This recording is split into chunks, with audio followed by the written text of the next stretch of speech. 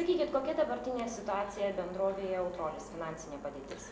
Finansinė padėtis įmonėje pradėjo sparčiai blogėti jau nuo šių metų pradžios, tai yra nuo sausio 1, kai pasikeitė lengvatinis PVM tarifas, tai buvo 5% ir pakilęs iki 19% transporto paslaugom. Nuo šio įsigaliojimo pradžios įstatymą mes įgyjom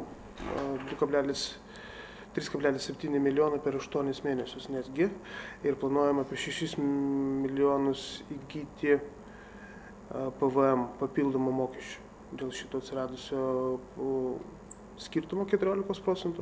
Taip pat įkvėptas turėjo ir visai bendrai pablogėjimo situacija, tai nešėjų šilumos, kurie pabrango 57%, o elektra pabrango iki 16%, kas dar papildomai per metus pagal mūsų apskaičiavimus sudarys apie 1 milijoną litų išlaidų. O dėl esamų papildomų išmokėjimų ir esamos savivaldybės skolos, bendrovės skola su praėjusiais metais suprastėjus pinigų srautams tiekėjams sudarė 3 milijonus, skaičiuotai apie 2,5 milijono litų. Taip pat bendrovė turi ilgalaikius įsipareigojimus Europos rekonstrukcijos plėtros banko paskola dėl naujų troleibusų pirkimo, kur sudarė apie 40 milijonų dabar su skola.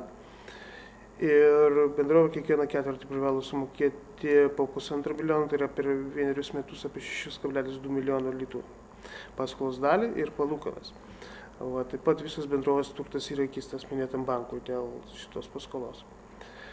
Toliau bendrovė pagal paskolų sutartį su minėtų bankų yra įsipareigojęs kiekvienais metais investuoti į kontaktinį tinklą, kur tai apie 1,4 milijono atnaujinimai per metus.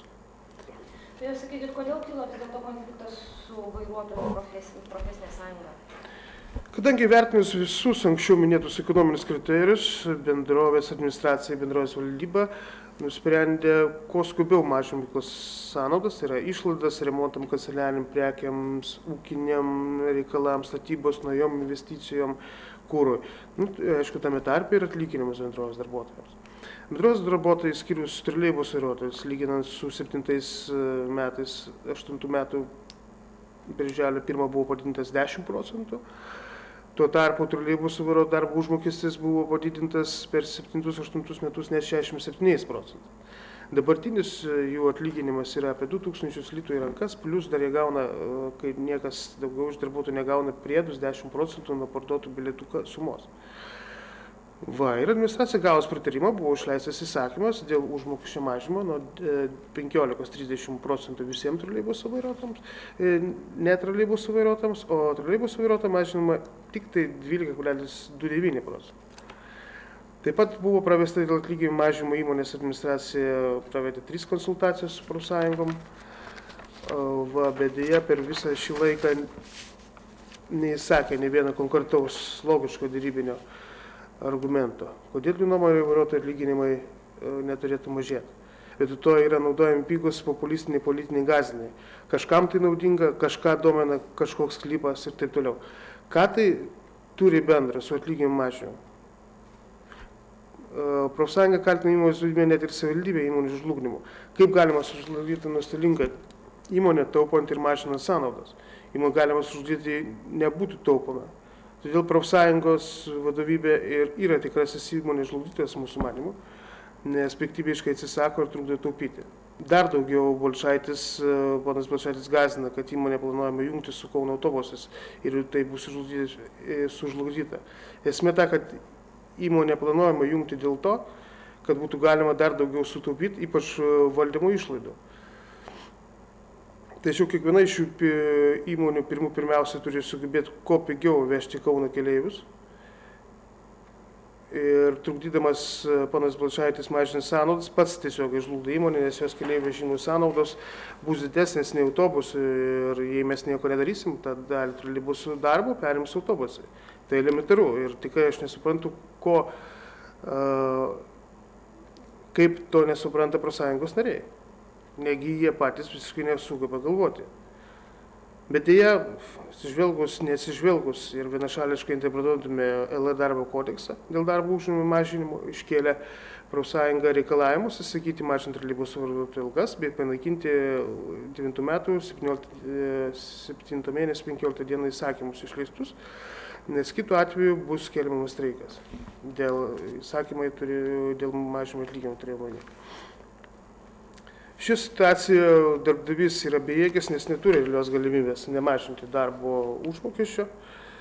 Taip pat neturi galimybės susitarti su profsąjunga, nes jos pirmininkas Balčaitis nelinkęs konstruktyviai dėrėtis ir bendromis įmokimis sumažiavusi paradimus ieškoti išeičių iš susidariusios situacijos. Kaip jis sakė, ar bus taip, kaip nori Kauno troleibusų vairuotojų profsąjunga, arba nebus nekaip. Jūsų išklausus susidaro toksai įspūdis, kad jūs išvis nerandate bendros kalbos su profesinė sąjunga ir jos lyderiu Balčaičiu. Ar taip iš tikrųjų yra? Taip, tai vyksta jau nuo pat 93 metų, kai buvo pirmieji troleibusų streikai ir analizuojant 7-9 metų santykį tarp profsąjungos ir Autrolio, išaiškėja eilė vienašališko kategoriško reikalavimo didinti troleibusų vairuotojams algas bei grasinimų streikuoti. Tuo labiau jau streikų metu buvo pastebėta, kad Balčaitis organizuojamus streikus teisina vis kitais motyvais, vis keičia savo poziciją. Tai, kad norima sužlugdyti finansiškai troleibusų parką, sumažinant iš vis panaikinti troleibusų parką ir į tą vietą perkelti autobusų parką, mes tokius pareiškimus vertinam kaip absoliučiai demagogiją. Ir manote, ar ponas Balčaitis ir jo profsąjunga tinkamai atstovauja vairuotojus? Mano nuomonė, traukdamas darbuotojus į pastovius streikus ir savo pareiškimais susimdamas politinę demagogiją, ne tik netinkamai neatstovauja vairuotojų interesų, bet ir stumia dalį vairuotojų šiuo sunkiu metu į bedarbystės link. Šiuo metu yra apie 120 net vairuotojų, kurie klaidami profesinės sąjungos nepasirašė sutikimo dėl atlyginimų mažinimo, kurie dėja bus atleisti iki šių metų pabaigos. Jau vien faktai, kad Balčaitis ignoruoja teismo sprendimą apie neterminuotą streiko neteisėtumą, kad streiko organizatoriam teks atlyginti žalą įmonį ir toliau įmusi psichologinės prievartos prieš visus įmonės darbuotojus, rodo, kad Balčaitis toli gražu neatstovauja vairuotojams, o tarnauja tam tikroms interesų grupėm ar net konkrečioms politinėms grupuotėms. Kauno troleibusų vairuotojų profsąjunga yra manipuliuojama. Pažiūrėkite, kokie politikai šiame procese dalyvauja kartu, dalyvauja streikuose kartu. Šustauskas, Kęstutis Kriščiūnas. Ponas Balčaitis pastoviai skambina telefonu, derinasi pozicijas su kažkuo tai. Su kuo tai tik to reikėtų labiau pasidomėti. Ar tiesa, kad netgi pasitaikė smurto atveju psichologinio spaudimo vairuotojų? Taip, streiko komiteto nemotyvuota pozicija, nenora ieškoti taikių ginčių sprendimo būdų, siekius aštrinti psichologinį įtampą bendrovėje rodo faktai, kad šių metų rugsėjo 10 vykusio streiko metu streiko organizatoriai streikuojantis peržengė visas bendro gyvenimo taisyklės ir visuomenės moralės principus. Minėtą dienos ankstų ryto užpuolė tarnybos viršininką, jį sumušė, vilko per aikštę ir numetė prie administracijos pastato laiptinės durų. Dėl šio žiauraus kunigališko išpuolio nukentėjęs darbuotojas kreipėsi į policiją, teismo medicinos darbuotojus. Dėl šio incidento taip pat pradėtas ikiteisminis tyrimas. Šie faktai tik dar kartą parodo, kad streiko vadovaujantis Rongkinas, Kauno troleibusų vairuotojų profesinės sąjungos komitetas skatina bendrojo nesantaką ir darbuotojų susipriešinimą, ne tik nesugeba užtikrinti žmonių apsaugos, bet ir patys naudoja smurtą. Taip pat minėtos streiko komiteto nariai pastoviai skleidžia melagingus ir bulingus teiginius, norėdami įtikinti troleibusų vairuotojus, neva bendrovės administracijos siekia palikti dirbti už minimumą, kas yra absoliuti nesąmonė, ir tokiu būdu verčia troleibusų vairuotojus streikuoti. Noriu dar kartą pabrėžti, kad nekonstruktyviai elgdamasi ir pasiduodama labai pigiom politiniam manipulacijom, Kauno troleibusų vairuotojų profsąjunga daro neatitaisomą žalą profsąjungai įvaizdžiui, tiesiog iš pamatų griauna pasitikėjimą profsąjungomis ir galima tik numanyti, kokią žalą patirs profsąjungų judėjimas plačiaja prasme, jei teismai priims nepalankius sprendimus ir bus išieškoma padaryta finansinė žala. Ačiū.